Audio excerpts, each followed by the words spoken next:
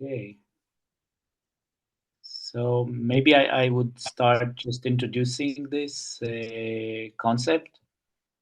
Um, with Jeff and Maria and me and a few other people, we've been working for a few months on this idea of creating a kind of a mentorship program for youth in different countries that involves also elders as mentors and role models, because we realize that youth have a very hard time of also personally developing their own, let's say, gifts and becoming mature human beings, but also looking around, they don't really see many good examples of what mature is. So if you look at the world and who's supposedly leading the world, it looks like a chaos and run by maybe old people, but not very mature people. Um, so we thought that could be very useful for youth to have contact with truly mature people and see that not everything is so black or so pessimistic, and there are people who are doing good in the world and personally are developed and mature and responsible, and it would both help these youths become. Hi, Christina. Just explaining what we're doing, and we're recording this, so it would appear on this 7 days of rest. That's okay. So I was just saying that we're thinking that this kind of mentorship and support group for youth and elders would both help youth mature personally and connect to other youth in other countries. But it also, on a bigger scale, it could help change the world, because we're going to need people to lead this world in the next years. And to have these kind of mature people, you have to uh, support their growth and to have like secure somehow their learning and their development. Otherwise, we will have the same kind of or even worse leaders coming in the future, which we can't really allow. So this is the idea behind this project, and it's called Imagin, without an E at the end. At the same time, we have, I mean, we're still brainstorming about this project, and we have Maria set an NGO that we can apply for funding for this, for European funding. And maybe the rest of, I mean, Jeff and Christina, you don't know yet, but we just came across a funding opportunity that's really looks like it really fits our ideas and our partners and the countries we're interested in. It's like written almost exactly for this. It's a big funding, and it's coming up this March, the deadline. But we're kind of rising to this challenge. It's called capacity building for youth, which is actually what we want to do, and it involves the countries, like at least two countries in the European Union, which one is Romania and the other one is Cyprus. Could be also Ireland, by the way. I don't know if you, Martina, if you know any NGO. Unfortunately, Wales, I think it's out of the EU. So I don't know Yes, if it's it is. Yes, yeah. still eligible. But the other two countries that need to be in this project should come from a region that either Southern Mediterranean, which is Israel and Palestine. So these two countries, two NGOs from these two countries are required for this project. So it's a kind of a project where at least two European countries are sharing and supporting youth organizations into outside of the EU. So either in the Middle East, where we're looking at, so Israel and Palestine could really fit, and it could be a way to transfer some kind of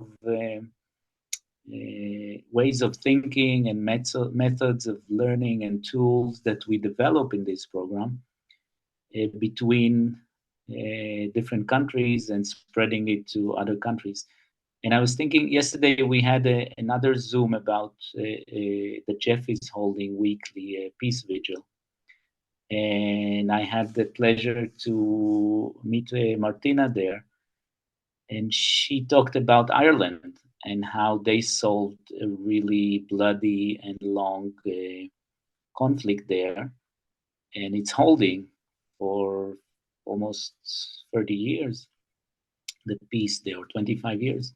So she was kind of surprised, like, why can't we do the same in the Middle East? Why Israel and Palestine is still this bloody conflict?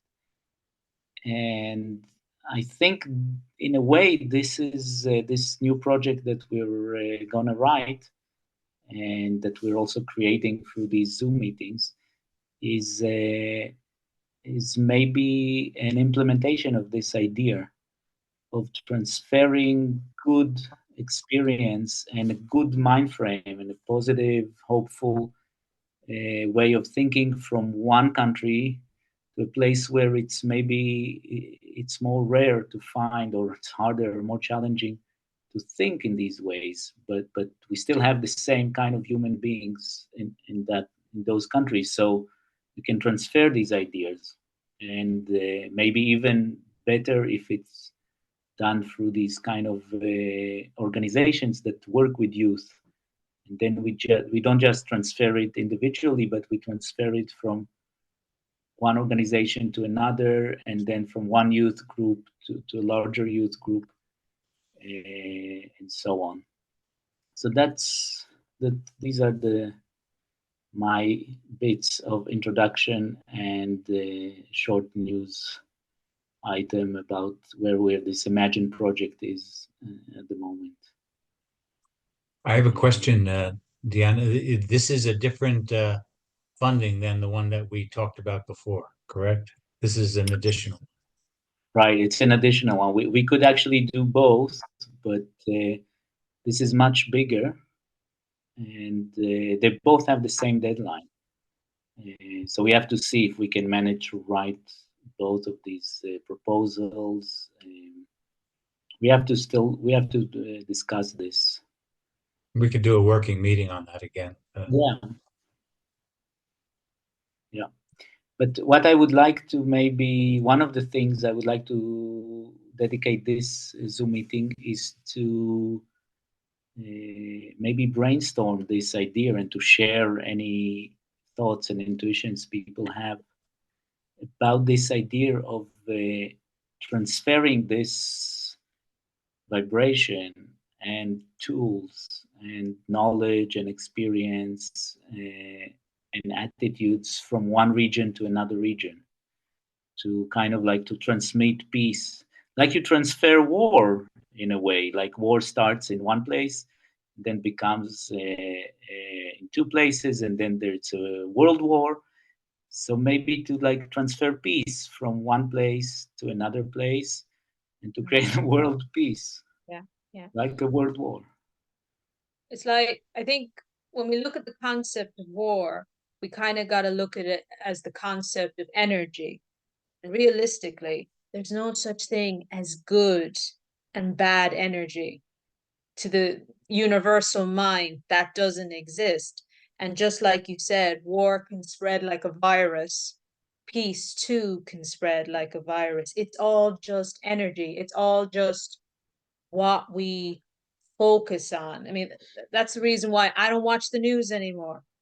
I've seen what it does. My parents are addicted to watching the news, where once it might have been on once a day, it's now on in the morning, in the afternoon, in the evening, and right before bed, and my parents watch all four, and I can see how it messes them up. It's subtle changes, but it's like they become more paranoid, more fearful, more like the world is out to get us, hurt them before they hurt you. And I know there's a lot of people that share that sentiment, but it's like I say, it's what you focus on. If you keep playing the same crap over and over again, you're going to get brainwashed into believing it.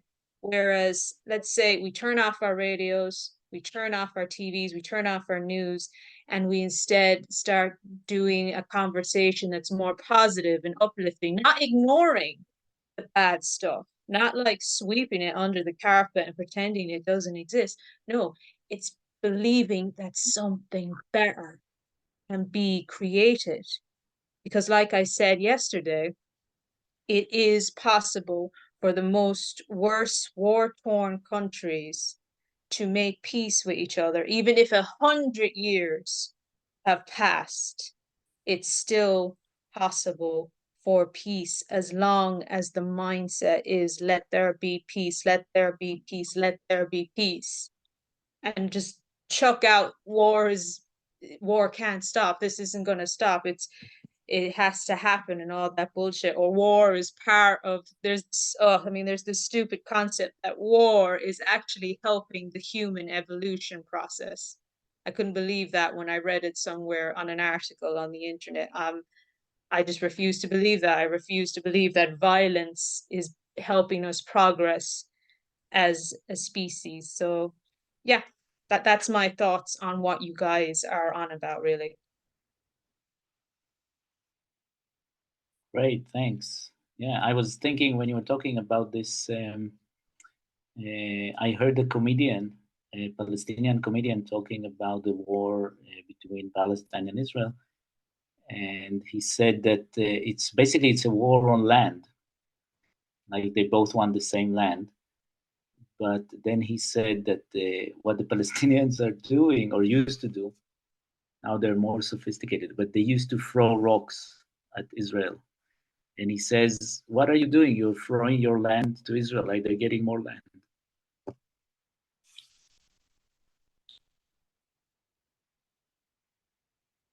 But what you said, Diane, about transferring, it really brought an image in my head because, for example, when I was living in Italy, I was just with people from Spain and France and things like that, and I don't know how, but somehow this idea of war came up for a discussion one day, and I just realized that all of my peers, from where they're coming from, they have never ever thought about war. They have never ever felt threat or fear or things like that. And I'm like, oh my God, since I've been born, every single day, like Martina said, on the news, they're gonna say something between the conflict between Cyprus and Turkey, for example, even though both sides now are living in peace. But yet really, and it just such a big realization for me. I was like, oh my God, these people never ever ever thought that someone is just gonna come in their country and they're just, I don't know, they will bombard them or something like that. So I do believe in this transfer you were talking about earlier. Yeah, and maybe we need, like you said, maybe we need to expose people from, let's say, an area where the conflict is really present and overwhelming, like it's now in Gaza and in Israel, some places, and to meet or to work together with people from areas where there is a conflict, but it's, let's say, it's latent or it's not so in your face, like in Cyprus, maybe, or places where they resolve the conflict, like in Ireland, but still there's some tension. And I mean, even in Romania, we have some kind of historical conflict between Romanians and Hungarians, and some of it is still current, but it's not violent, but it's politically it's an issue. So maybe if you meet, maybe just meeting people who never even thought about conflict or war, it's a bit too much because they don't understand what's wrong. Like how can you even? But if you meet people who have some experience with this, but either them or their countries have learned to resolve or to look at it differently, it could be beneficial. I mean, we saw also, like, usually when you tell people, I have this experience telling people, look, there's no enemies, and actually the people on the other side that you think they are enemy, if you talk to them, my experience is that they are really like us and they have some, like, really the same kind of needs. And these needs trigger, like, when they're not satisfied, they trigger some kind of a chain of emotions that could lead to something violent, but they're not automatically inherently bad or violent human beings. But for some people, it's very hard to hear this because they come from a place where they've been attacked or they were exposed to a lot of, or even just brainwashed through watching the news, like they've never been attacked, but that's what they know. That's what their brain says. So for these kind of people, you need some kind of a tool or a method or a gradual way of rehabilitation or clean your head from these. I see you're raising your hand, Martina. Yeah, just hearing you talk now. I don't know why, but a song came into my head. Has anyone here seen the Disney movie Pocahontas? Okay. Do you remember the song called Savages?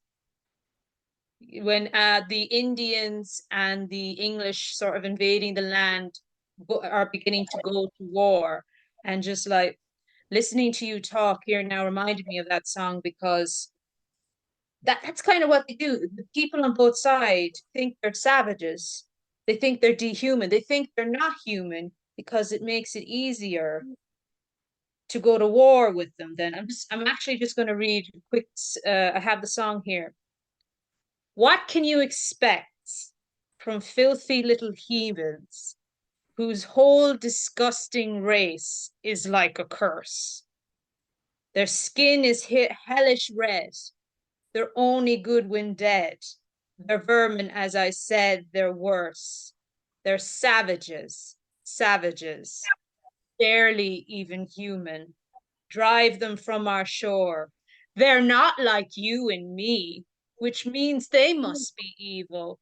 We must sound the drums of war. Now, is it just me, or does that sound awfully familiar? Like different words, same concepts. And it's been going for thousands of years, guys. Going for thousands of Actually, years. yeah, sorry, Martina. Actually, very familiar, especially the part that says they're only good when they are dead. For example, that is one of the lines that the Cypriot military was using for the young men when they go at 18 years old, because it used to be mandatory for them to go to the army for 2 years, and they had to sing songs like this. It's a war song being sung everywhere there's war, whether it's in Ireland versus Britain, Ukraine versus Russia, Syria, Israel. It's the same song, different words, different cultures, different people, but and it's been going for thousands of years. And just like you said, Dylan, we need to connect people. And actually, God, it's amazing what's coming up.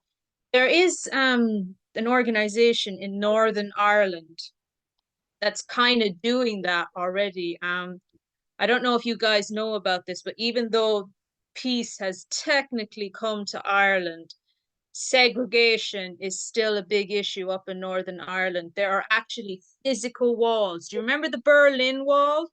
Well, we got stuff like that up in multiple towns and cities in Northern Ireland, literal walls separating Catholics and Protestant communities, and there's only like a few gates or entrances to go through the walls so people can get from one side of towns and cities to another. And as I said, there are organization, youth clubs, even, you know, just regular youth clubs that allow kids to come, chill out, relax, and have fun. But what makes them special, they're from both sides of the wall. They take the Protestant kids, they take the Catholic kids, and they just treat them like normal kids. They teach them how to play sports and stuff like that, or do extracurricular activities, arts and stuff like that. So much so that the kids don't even give a shit. Pardon my French here. The kids don't even give a shit that they're Catholic and Protestant. And I believe there was a documentary done or an interview, and some news reporters actually asked these children what they thought of the walls. Do they think they should stay? Do they think they should go? And the kids just look directly into the camera and say, I don't want to live in a world where I'm separated from my friends by a wall just because my grandparents thought that was how it was kept safe. I want these walls to come down. But like, as usual, the elders aren't listening to the wisdom of the youths. Now, bits and pieces of the walls are coming down. A lot of the walls have been knocked down, but there are still many walls to come down. But the fact that those children from different sides of the wall with bloody ancestry, I mean, these kids know about war. It's part of their ancestry. Stories are told to these children from their grandparents, the stuff of horrors, probably. So these children are not blind to what happened in Northern Ireland, but they don't want to carry it. They don't, it just amazes me. They're so young, yet wise enough to realize this is just total bullshit. I'm not carrying this. I'm so sorry this stuff happened here, but this is not the sin. This is not my sin to carry. This is not my baggage to carry. And those walls, to those young people, that's what that represents. So that gives me hope, because I mean, check it out. I think if you Google them, you'll find them somewhere. I can't remember what the organizations' names are, but they're definitely up there. If you go Googling, maybe Northern Ireland Youth Clubs or something to do with the walls, you might find them. They definitely are very inspiring if that's the direction you want to go in. But yeah. There's another thing that came to my mind when you both were talking about Cyprus and Ireland. I know that young people are. I see it in Israel. A lot of people go to the war to risk their lives because they have a need to experience intense life risking, an intense relationship with other people that depend on you for your life. Like you go with mates, and there's a bond there. And for a lot of people, regardless of what's the reason, the political reason, or what they tell them about the others, just this experience of going into danger zone, doing heroic things together with your buddies, and protecting their lives, and they're protecting your life. It somehow gives a different scope to life. It makes mundane things look irrelevant. All the worries that you had, and other problems, it gives you kind of a focus and meaning to life. And we need, as a global community, we need to find non-violent ways to experience this intensity. We have to find ways where you see the truth, and you have this focus about the world, and what's important, and you have this strong relationship between friends that are willing to somehow risk their lives for you, but not really putting physical life in danger for this, Not and not killing taking other lives. people, like Right. not having to kill other people to prove their loyalty and to prove their bonds. It's like a bond can be formed when a community, a brotherhood, a sisterhood is actually working together to protect and create. And I have seen that. I have seen proof of that among a vast variety of people, different cultures, different age groups. So you're totally right, Dylan. It is possible. We gotta give them an option B. We gotta say, and in a way, like maybe it's the disillusion of the mystical hero's journey. You know, the hero's journey where they go off on a quest together as a group. They defeat the villain, they defeat the bad guy, and they come back as heroes. You know, it's a story we all know. It's a story we've all been raised with. Every fairy tale story, no matter what part of the world, the hero's quest. The only problem is we don't get taught the dark side of that story, do we? We don't get taught that not everyone comes home, and it's not all guts, it's not all glory, and it's not all good versus evil. People die, and innocent people die, and it's war is not full of honor and glory.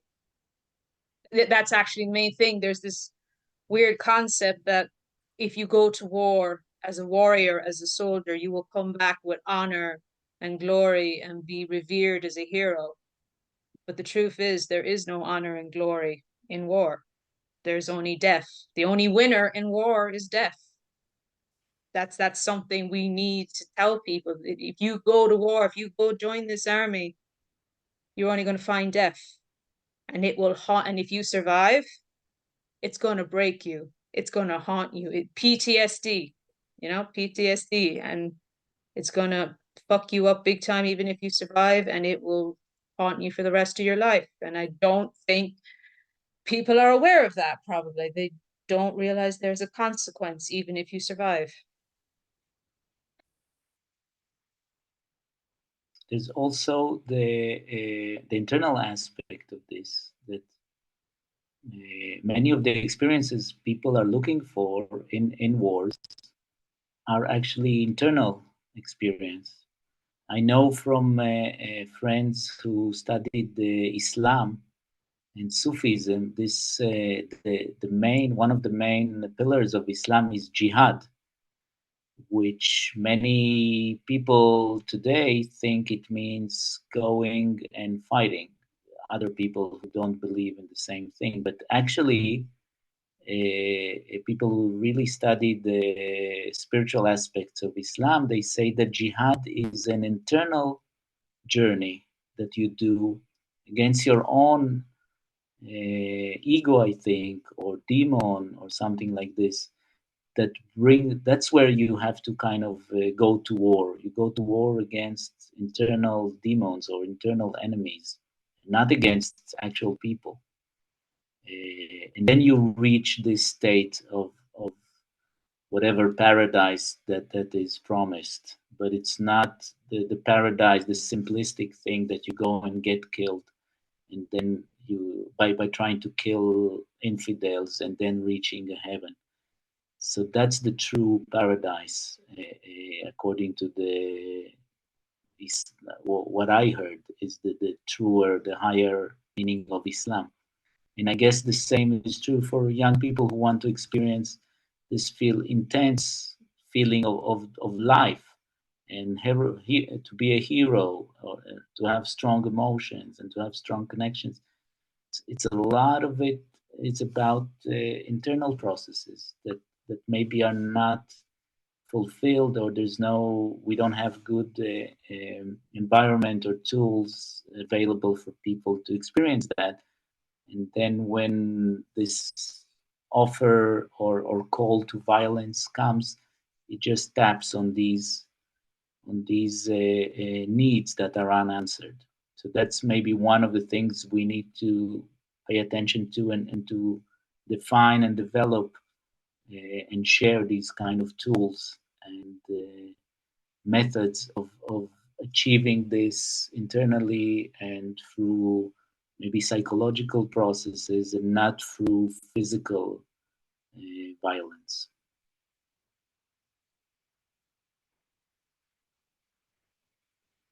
And if anybody has any thoughts, other thoughts about what we're discussing.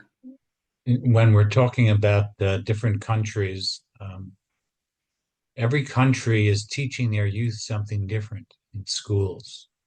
And every religion is teaching people something different. And part of that has some truth in it, and part of it is like some type of manipulation, from what I can see, to put their race higher. So my children in the Israeli schools, they learn to protect Israel. That's the thing. Everyone's going to protect Israel.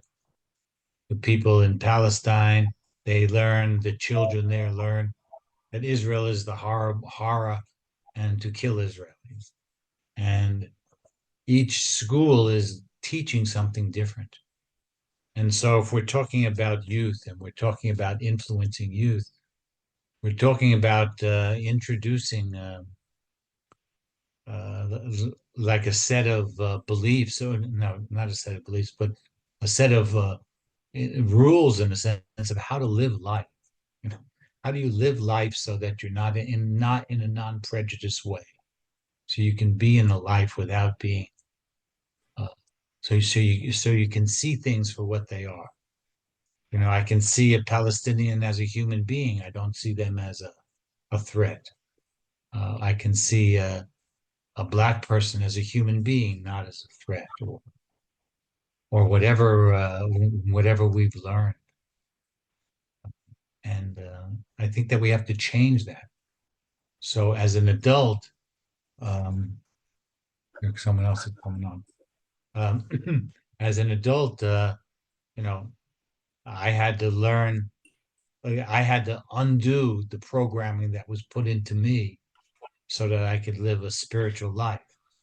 And then I put a different level of programming in, of being in harmony with people, loving the earth. But not everyone is receiving that.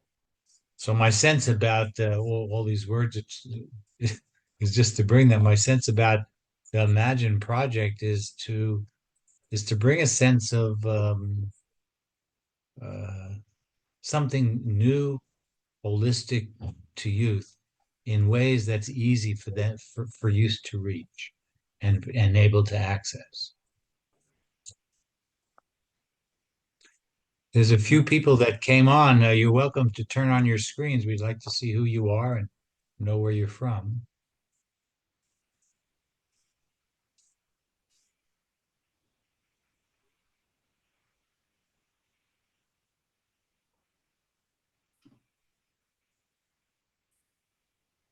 Yeah, I was thinking when you talked about the different countries teaching different things to their youth, I was thinking about my kids because I took them basically. I mean, me and my wife, we took them from Israel to Romania, and if they would have spent the last 10 years in Israel, I pretty much know what kind of mentality and what they would be, how would they be educated regarding conflict and nationality and so forth.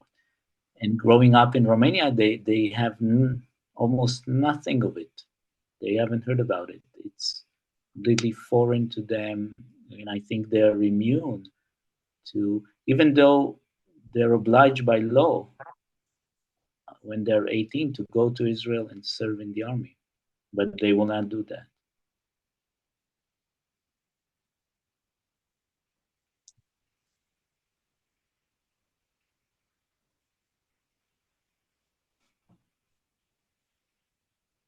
So maybe somehow our project is a way to kind of get the essence of what it means. I mean, we can't take everybody out of Palestine and Israel, for example, or from Cyprus and northern Cyprus, and bring them to Switzerland, let's say, and let them live there 10 years until they just, don't have any war consciousness anymore. We're trying to kind of distill the essence of what it means to have this peace consciousness and how it can be learned, or how can you kind of like surround yourself in this consciousness in a shorter time, or in living in a place of war. I see that Sarah is raising her hand. It's a very small thing, but I do know Rosalind. Rosalind's from the UK, and she and I have a very good friend who lives in Switzerland. And I had this really, you said Switzerland, I had this naive idea of Switzerland, that it was a place of neutrality and peace. And it is, relatively speaking, it is. There's no doubt about that, especially in modern times. But what my friend opened my eyes to was that it's actually built on a whole network of war. And it was even created because of those reasons. And it just opened my eyes to, that so there is such complex things that go on in every country, and we can be very naive. Well, we should say I can be very naive, and I was certainly very naive about that, and it really helped me understand something at a deeper level. But then, if countries have come through that, and there is, where there is peace, I love this idea, Martina, what you've said, and others have said, of spreading peace in the same way, taking peace from where there's relative peace. But I guess what we keep touching on is this aspect of places that have known war and have maybe worked through what is a long process and have learned from that and can bring that in and with younger people who just don't want this anymore, especially because of the world situation, the global situation, which is way more important and connects absolutely everybody. Seeing just a whole network of international truth, which are, little things. Anyway, sorry, I'm not the greatest, clearest person, but it just made me smile when you said Switzerland, because my eyes were open just a couple of months ago to that, and that everywhere is complex. Everywhere has its complexity going back so many years, but we're looking to do something really different, right? Yeah, you're right there that there's no place that is like we're all human, we all live on this planet. It can't be that one place people are just killing each other and other place has perfect peace. Like we're all connected and we all come from the same fabric. So there's no 100% peace anywhere in the world. And it affects us what's happening in Ukraine and what's happening in Gaza and in Israel and what's happening in other places of the world if we listen to the news or not. It's something that's happening, and definitely a lot of people from different countries are involved in this. Some people are pure and simple; they're doing the killing themselves, but other people are maybe producing the weapons or giving some other financial support, or a million other ways are connected to this. And the same goes for this inverted reality that we're talking about, where we're trying to spread world peace.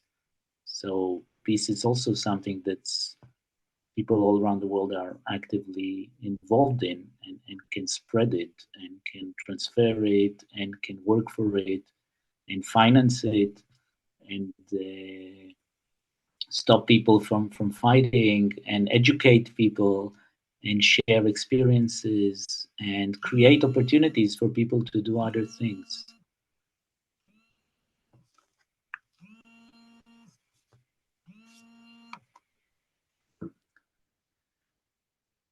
Yeah. So I see some people wrote in the chat some things I until now. Yeah, maybe I will also leave a contact email here that if some of you who are not yet part of the project want to connect later after this meeting, we can stay in contact. So that's the email we're using for Imagin. I don't know if Jeff, do you want to do some kind of energy Sure. ball? Sure. I'd be happy to. I wanted to say something. Um, uh, my sense is that the sense of people working in harmony has to be recreated. It's a very natural thing, and it happens naturally. But when it doesn't happen naturally, which is what we're experiencing in our world, we have to recreate it. And so all the work we're doing, the singing, the talking, the sharing, the peace things, the youth groups, they're all helping to recreate the vibration of peace. And what my sense is that we can help that with our energy, that it's a vibration. So that's saying, let's massage our hands together and start to connect to our spiritual substance, physical substance, life energy.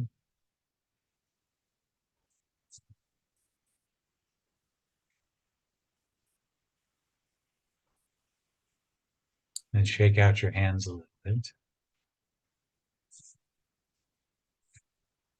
And look at your hands for a moment and just take a look. Move them around and just look how magical they are. You know, you move a finger, you tell your finger to move and it does it. Just think about the things your hands have done today. Put your clothes on, fixed your meals, answered your phone, your computer. Now place your hands very close together, almost touching. And we're looking to send something between our hands. When we hold our hands close like this we open up a perceiving in our body. We start to be able to perceive the vibration.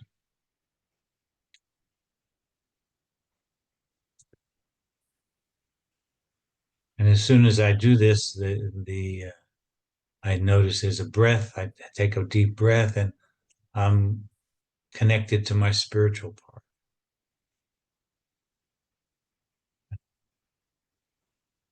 Then you round your hands into a ball.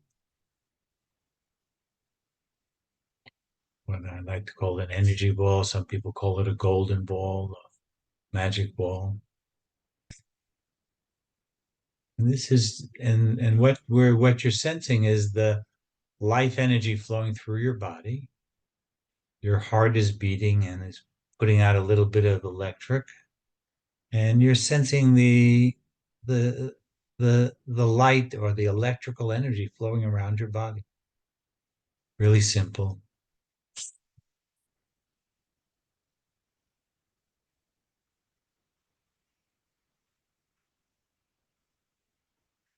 And now let's connect together. We'll open up our hands and our eyes and look at each other. And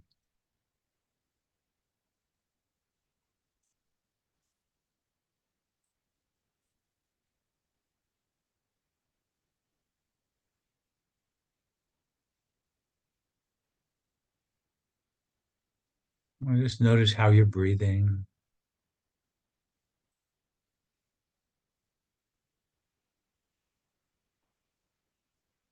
Now we'll do something to connect in a different way. You place your hands down towards the earth and connect to the earth energy coming out of where you are. Let's see, we have 1, 2, 3, 4, 5 different countries. I don't know where Rosalind's from, but we have 5 different countries. So 5 different places on Earth. And just notice the energy from our beautiful planet, how it comes out uniquely to you where you are.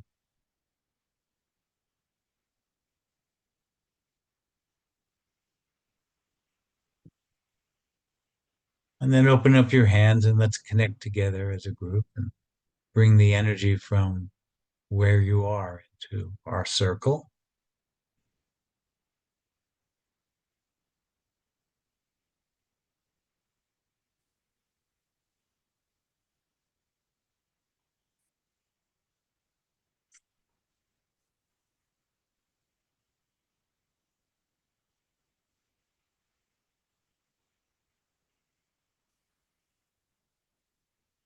There is no separation. We're one spirit, one light. And we're learning to work together. This is why we're here on this Zoom call, and why we're becoming friends and working on projects. Just to learn to work as one people. One people, one planet, one spirit. All we need is love.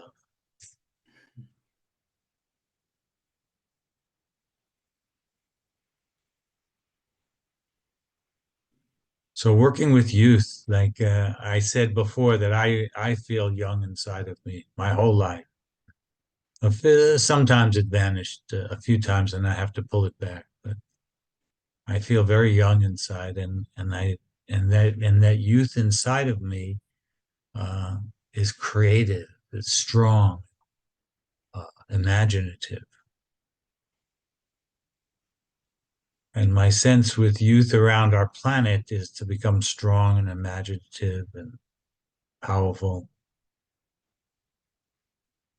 and to bring hope to our planet, a different level of hope.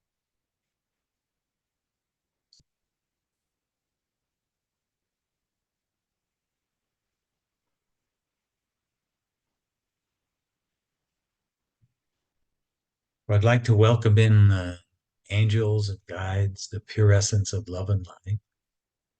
Welcome in peace to all the planet, to every human being, and forgiveness for all the atrocities and all the horrors that we've experienced.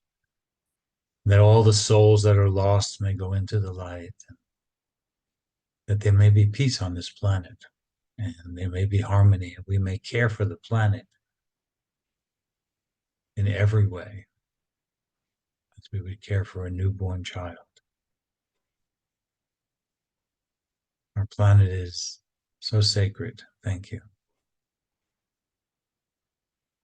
And as people said, there's no sense to war anymore. Never was really, but doesn't really make sense, doesn't help. Needs to become old and pass away. So this is my vision and my prayers and my hopes.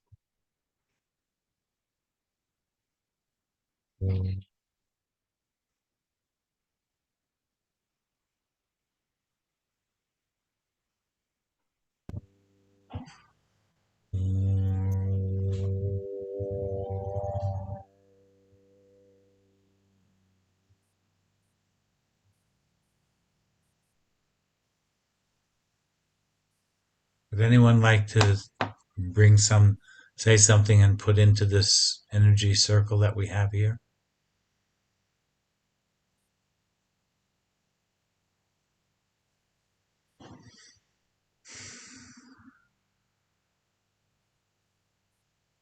Just simply let there be peace. Let there be peace.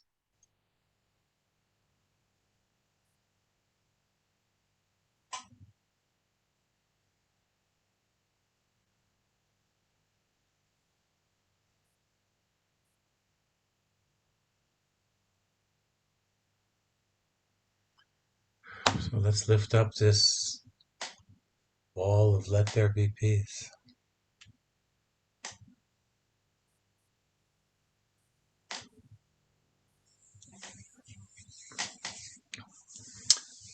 So after we do energy work, it's really good to cleanse ourselves. We open up our hands. We imagine ourselves under a shower of light, especially when we're working on dissolving some of the pains around the world. We want to just cleanse from any of this. And we imagine the light not only going around our body, but through our body, through the cells of our body. And just cleansing. And then you can just imagine your whole body a crystal and shining light. The energy comes in from the top of your head through your pineal gland, and your whole body becomes a crystal of light, just shining forth light.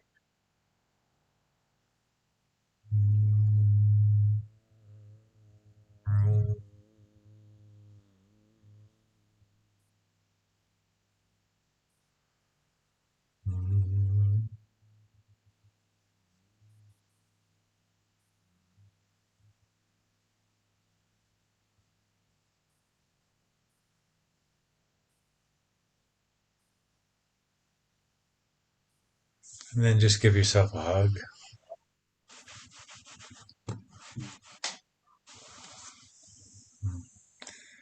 All right. Thank you. Thank you, Jeff. It's beautiful. I feel my hands are so hot. Like there's so much fire coming out of my hands.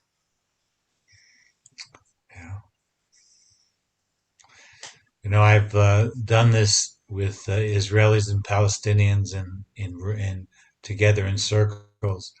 And I remember one time it was about 20 minutes after the circle, and one Palestinian fellow looked at me and said, "What am I going to do? My hands are burning. I don't know. I don't know what to do." And I talked to him, and it turns out that he works with his hands. And then because he physically does work, his hands are turned on. And so when you start to do energy work and your physical hands know how to move, it gets so much stronger. And he was really connected to it. So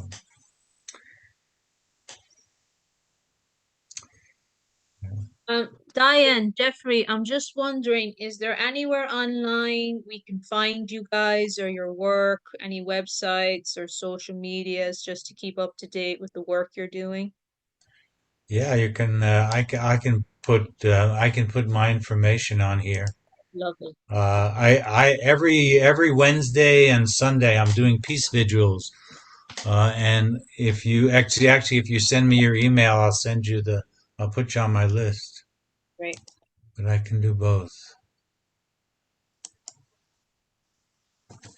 And the same with you, Diane. If you have any of the stuff on social media or website of the work you are doing with this, I'd love to keep up to date with it. Yeah, we still need to set up all this stuff. So it's all kind of new, and we don't really have yet. But there's starting to be a website. I'm writing it down. So I put down the email. This is the website.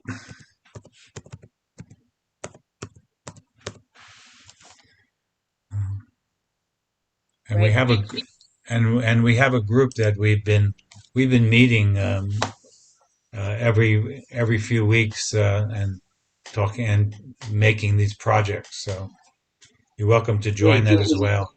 Yeah, if you if you put your want email, that'll be the easiest. Oh, there it is, or right you there. can You use put it already. your number, Martina, your WhatsApp or something, and then we can add you to the group.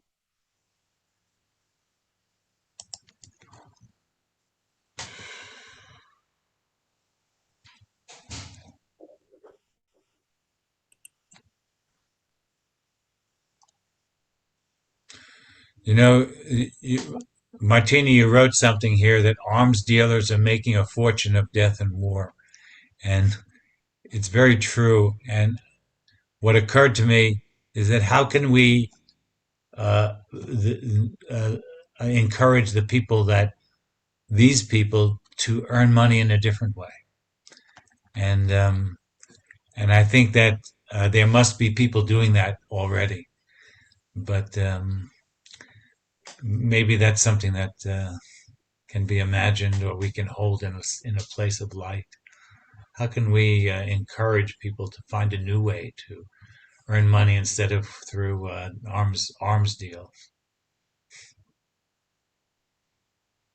I think it's about like using our own energy, send it out and say, raise the consciousness, bring forth awareness, because it's all about disconnection. I mean, these arms dealers, do they really know the consequence of what they've done? Like, do they go to the war zones, stand in the rubble, look at all the corpses? If they did that, would they sell another gun or bomb for as long as they live? I wonder. Or is it just, do they have they gone completely numb and cut themselves off and just say this is just business? Because that's all it is. That's all the arms deal is to a lot of people. It's no different than any other business, and disconnect from the fact that it is literally life and death. So maybe just imagining our energy going out to them, love and light. Wake up, wake up, become aware of what you're doing, become aware of the consequence. Wake up, reconnect. Because maybe that's all there is.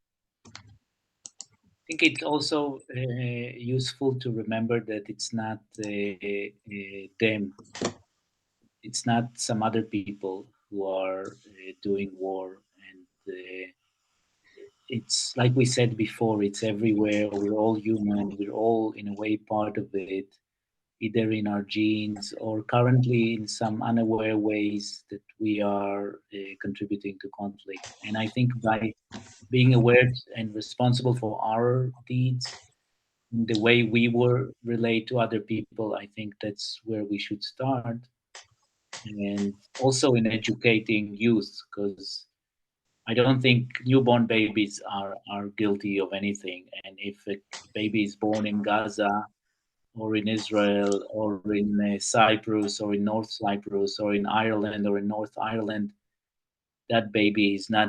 Maybe they're sent on a mission to bring something, some new energy there, but they're definitely not, shouldn't be held responsible for conflicts that are happening there. So in a way, our duty as adults, let's say, when we are putting the adult hat, because we're also youth ourselves, as Jeff said, but when we are adults, our responsibility is to welcome these young souls into the earth and protect them and create an environment that they can grow to fulfill their themselves and not to absorb the wrong or the low emotions of that, or the negative history of that place, and carry it and continue it. They should have maximum potential in everywhere they're born to fulfill themselves, whether it's in a war zone or in a peaceful zone, whether it's in Switzerland,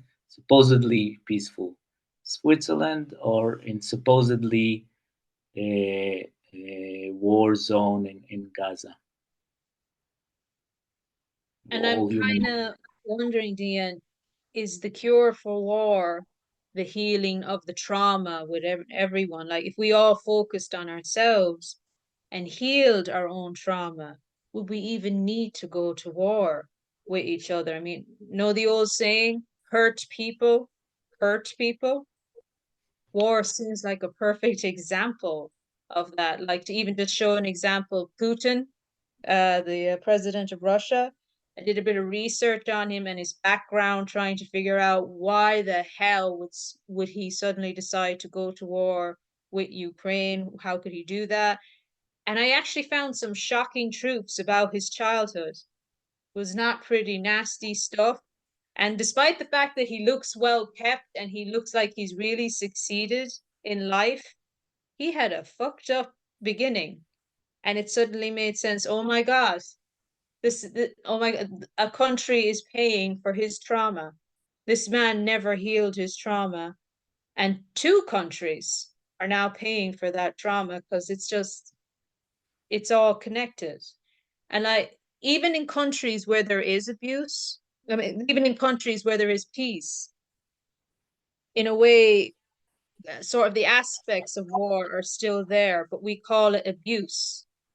And I can see it even here in Ireland, although many years have come and gone since the war, the ripples are flowing down the timeline, are flowing down the lineage, and it's coming out as abuse, physical abuse, sexual abuse, parents abusing children, children then growing up to abuse their children. And it's all trauma, creating trauma until someone in the bloodline says, enough, I'm not doing this anymore. I'm not carrying this trauma. I'm not passing it on to the next generation. I'm going to heal this. I'm going to break the chain. And the ripple effects are extraordinary. You might not even live to see the ripple effects you cause by healing your trauma, but you will. You got to see yourself. You might be a tiny little pebble. When you throw yourself into a pond, you start off with a few small ripples, but as the ripples go out, they get bigger and bigger. And those ripples can become tidal waves, guys.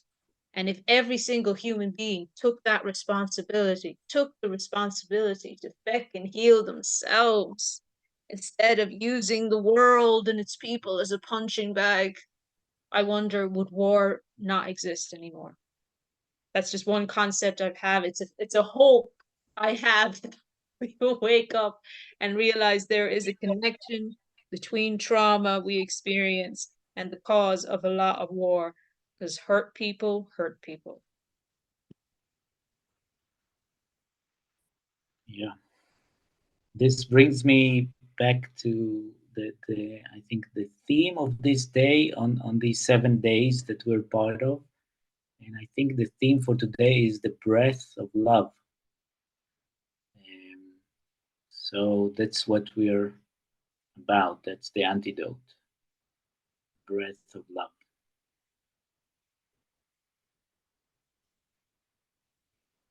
I think with this our hour is finished.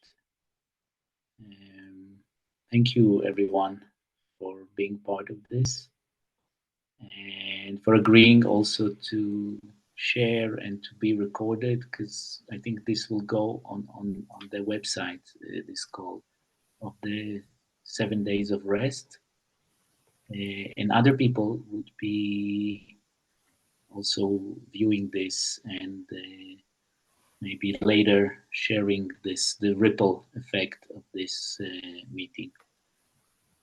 Thank you, everyone. Thank you all very much. Thank you so much for offering the safe space, and thank you so much for letting me share. God bless you. Thank you for your amazing clarity and wisdom. Thank you for listening. Yeah. Thank you for sharing. Thank you everyone for sharing and being on. So